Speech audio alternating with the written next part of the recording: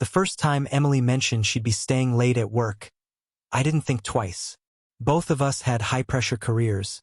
She in marketing, me in finance, so late nights weren't exactly unusual.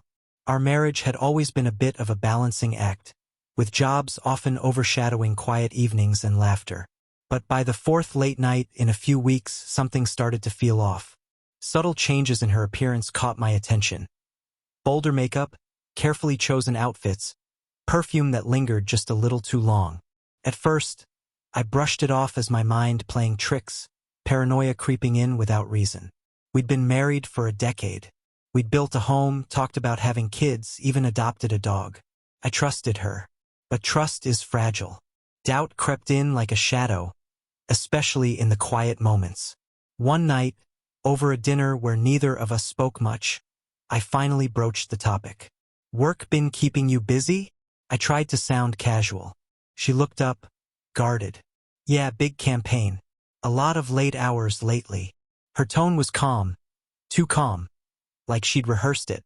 Something twisted inside me, but I let it go. I didn't want to seem accusatory. Not yet. Later that night, while she was in the shower, her phone lit up. A message preview from Stacy, one of her friends who lived across the country, caught my eye. "Tonight was amazing. Can't wait to see you again." My stomach dropped. I felt the blood rush to my ears, my heart hammering as I stared at those words. I could have confronted her then, demanded answers. But something held me back. I needed to be sure. Over the next few days, I tried calling her office under the pretense of inviting her to lunch. Each time I was told she was out in meetings. A couple of times I drove by her office myself. Her car wasn't there. By that point, I already knew the truth. I just didn't have the evidence. That changed on a Thursday evening. She told me, again, that she had to stay late. I waited a while, then drove to her office. Her car wasn't in the lot. My hands trembling, I logged into our shared phone account. Her call and text logs showed frequent contact with a number I didn't recognize.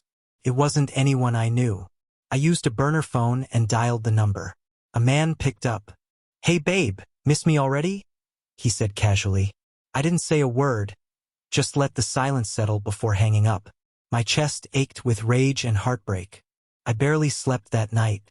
Memories flooded my mind, years of trust, conversations, plans, all of it unraveling.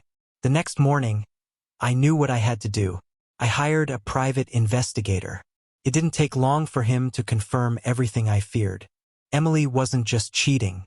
She had crafted an entirely different life. Her work trips were actually romantic weekends. Her meetings, dinner dates, and sleepovers at his place. Revenge began to take shape in my mind.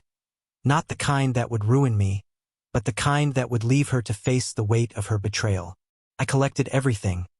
Call logs, messages, photos, even audio recordings. I wanted this airtight, ready for court. But before the final step, I needed to look the man in the eye.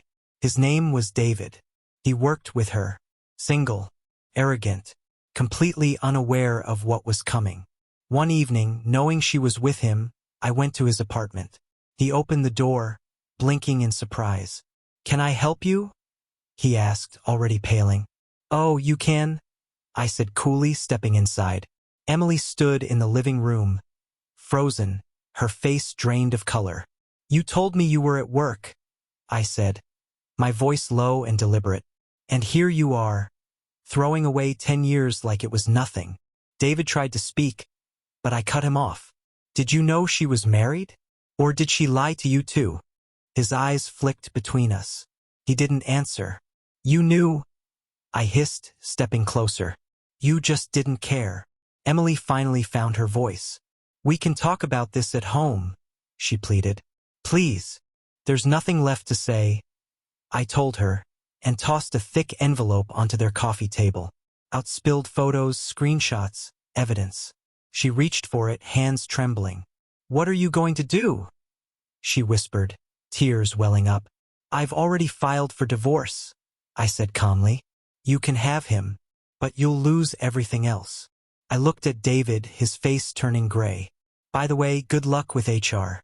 I hear your company's pretty strict about office romances."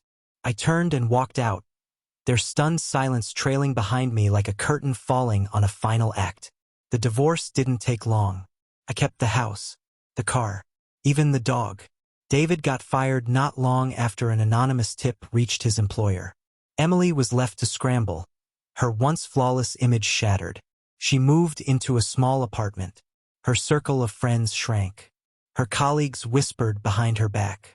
The first weekend after everything was finalized, I booked a solo trip to a beach I'd always wanted to visit. Sitting under the sun with a drink in my hand, I felt something lift. The bitterness, the sadness. It started to fade. For the first time in years, I felt free. Not just from Emily, but from the quiet weight of living with someone who had stopped choosing me long ago. As for Emily and David, their romance couldn't survive the fallout. Collapsed under pressure and guilt. Last I heard, she went back to live with her parents. He moved to another state. Whatever they'd built, it turned to dust. In the end, I didn't need to destroy them. Their own choices did that. And me? I moved forward, stronger, wiser. Sometimes the greatest revenge is simply surviving and thriving while those who wronged you are left to face the wreckage they created.